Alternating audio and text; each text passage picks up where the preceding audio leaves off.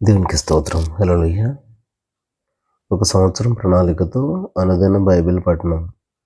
ఈరోజు ఫిబ్రవరి 14, 2025.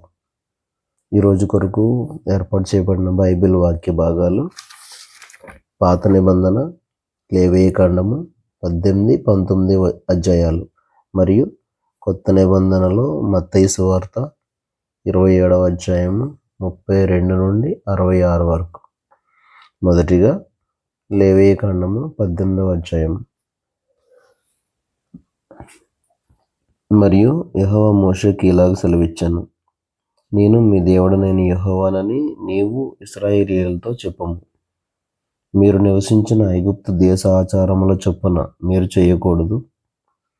నేను మిమ్మను రప్పించుచున్న కనాను దేశ ఆచారముల చొప్పున మీరు చేయకూడదు. వారి కట్టడలను బట్టి నడవకూడదు.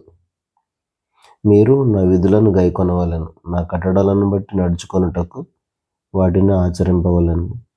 మీ దేవుడనగు నేను యెహోవాను. మీరు నా కట్టడలను నా విధులను ఆచరింపవలెను. వాటిని గైకొనువాడు వాటి వలన బ్రతుకును. నేను యెహోవాను. మీలో ఎవరును తమ రక్త సంబంధుల మానాచ్ఛాదనమును తీయుటకు వారిని సమీపింపకూడదు. నేను యెహోవాను. నీ తండ్రికి మానాచ్ఛాదనముగానున్న నీ తల్లి మానాచ్ఛాదనమును తీయకూడదు. ఆమె నీ తల్లి, ఆమె మానాచ్ఛాదనమును తీయకూడదు. నీ తండ్రి భార్య మానాచ్ఛాదనమును తీయకూడదు, అది నీ తండ్రిదే. నీ సహోదరి మానాచ్ఛాదనమును అనగా ఇంటిలో పుట్టినదేమి వెలుపట పుట్టినదేమి, నీ తండ్రి కుమార్తె యొక్క అయినను నీ తల్లి కుమార్తె యొక్క అయినను మానాచ్ఛాదనమును తీయకూడదు. నీ కుమారుని కుమార్తె మానాచ్ఛాదనమునైనను కుమార్తె మానాచ్ఛాదనమునైనను తీయకూడదు, అది నీది. నీ తండ్రి వలన పుట్టిన నీ తండ్రి భార్య కుమార్తె నీ సహోదరి, ఆమె మానాచ్ఛాదనమును తీయకూడదు. నీ తండ్రి సహోదరి మానాచ్ఛాదనమును తీయకూడదు, ఆమె నీ తండ్రి రక్త సంబంధి. నీ తల్లి సహోదరి మానాచ్ఛాదనమును తీయకూడదు, ఆమె నీ తల్లి రక్త సంబంధి. నీ తండ్రి సహోదరుని మానాచ్ఛాదనమును తీయకూడదు అనగా అతని భార్యను సమీపింపకూడదు, ఆమె నీ పిన తల్లి. నీ కోడలి మానాచ్ఛాదనమును తీయకూడదు, ఆమె నీ కుమారుని భార్య, ఆమె మానాచ్ఛాదనమును తీయకూడదు. నీ సహోదరుని భార్య మానాచ్ఛాదనమును తీయకూడదు, అది నీ సహోదరుని మానము. ఒక స్త్రీ మానాచ్ఛాదనమును ఆమె కుమార్తె మానాచ్ఛాదనమును తీయకూడదు. ఆమె కుమారుని కుమార్తె మానాచ్ఛాదనమునైనను ఆమె కుమార్తె మానాచ్ఛాదనమునైనను తీయుటకు వారిని చేర్చుకొనకూడదు. వారు ఆమె రక్త సంబంధులు, అది దుష్కామ ప్రవర్తన. నీ భార్య బ్రతికి ఉండగా ఆమెను పీడించుటకు ఆమె సహోదరి మానాచ్ఛాదనమును తీయుటకు ఈమెను ఆమెతో పెండ్లి చేసుకొనకూడదు. అపవిత్రత వలన స్త్రీ కడగా ఉండినప్పుడు ఆమె మానాచ్ఛాదనమును తీయుటకు ఆమెను సమీపింపకూడదు. నీ పొరుగువాని భార్య యందు నీ వీర్యస్ఖలనము చేసి ఆమె వలన అపవిత్రత కలుగు చేసుకొనకూడదు. నీవేమాత్రమును నీ సంతానమును మోలెకు నిమిత్తము అగ్నిగుండమును దాటనీయకూడదు.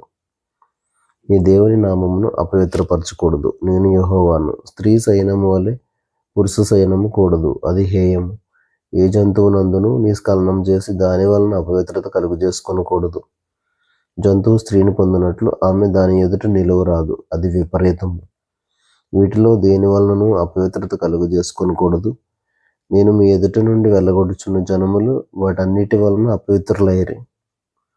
ఆ దేశం అపవిత్రత కలది గనుక నేను దాని మీద దాని దోష శిక్షను మోపుచున్నాను. ఆ దేశమందు కాపురమున్న వారిని వెళ్ళగ్రక్కి వేయుచున్నది.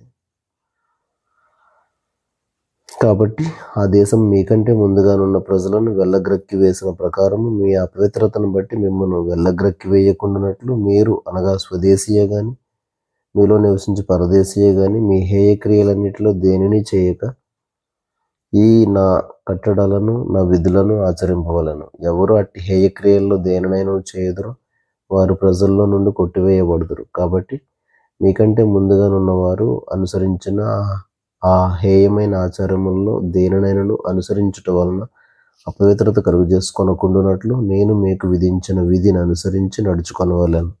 నేను మీ దేవుడినైన యెహోవాను. లేవియకాండము 19వ అధ్యాయం.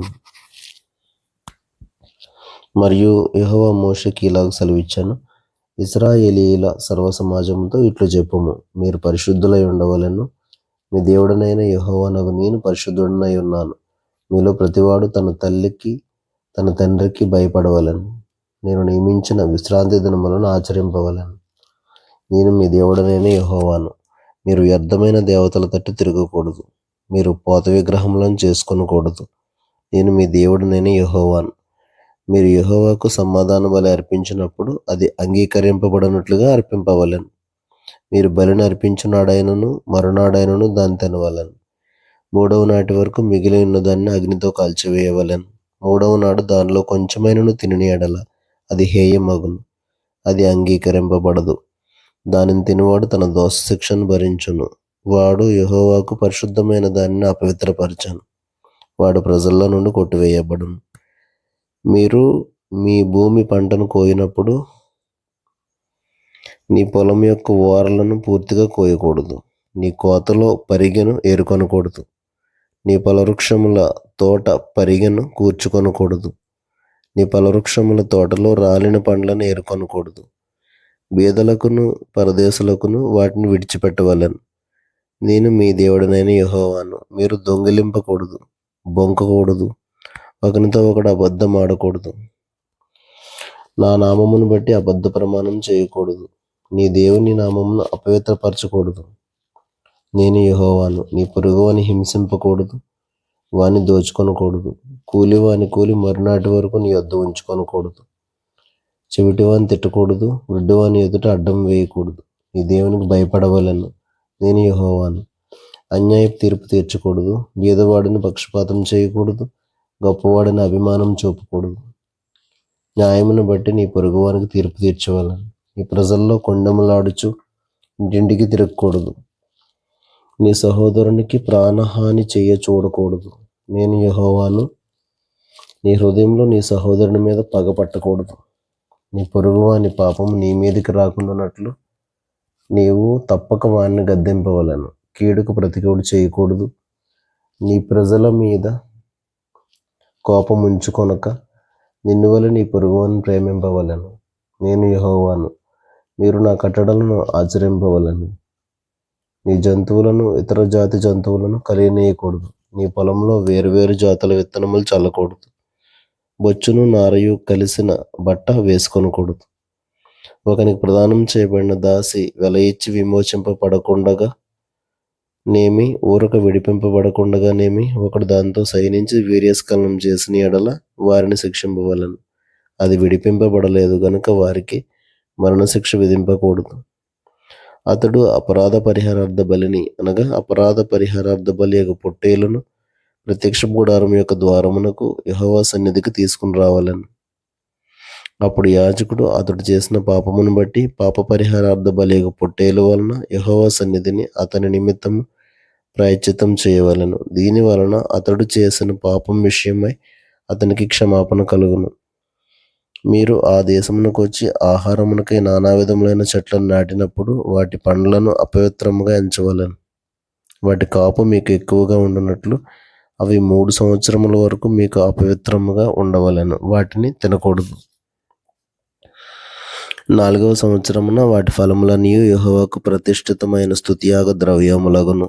5వ సంవత్సరమున వాటి ఫలములను తినవచ్చును. నేను మీ దేవుడనైన యెహోవాను. రక్తము కూడిన దేదయో తినకూడదు. శకునములు చూడకూడదు. మంత్రయోగములు చేయకూడదు. మీ నుదిటి వెంట్రుకలను గుండ్రంగా కత్తిరింపకూడదు. నీ గడ్డపు ప్రక్కలను గొరగకూడదు. చచ్చిన వారి కొరకు మీ దేహమును చీరుకొనకూడదు. పచ్చబొట్లు మీ దేహమునకు పొడుచుకొనకూడదు. నేను మీ దేవుడనైన యెహోవాను. మీ దేశం వ్యభిచరింపకయు దుష్కామ ప్రవర్తనతో నిండకయు ఉండునట్లు నీ కుమార్తె వ్యభిచారిణి అగుటకై ఆమెను వేసిగా చేయకూడదు.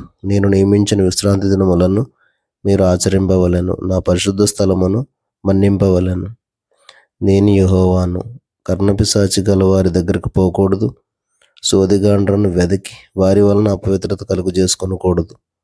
నేను మీ దేవుడినైన యెహోవాను. తల నెరిసిన వాని ఎదుట లేచి ముసలివాని ముఖమును గనపరిచి నీ దేవునికి భయపడవలెను. నేను యెహోవాను. మీ దేశమందు పరదేశి నీ మధ్య నివసించినప్పుడు వారిని బాధింపకూడదు. మీ మధ్య నివసించే పరదేశిని మీలో పుట్టిన వాని వలె ఎంచవలెను.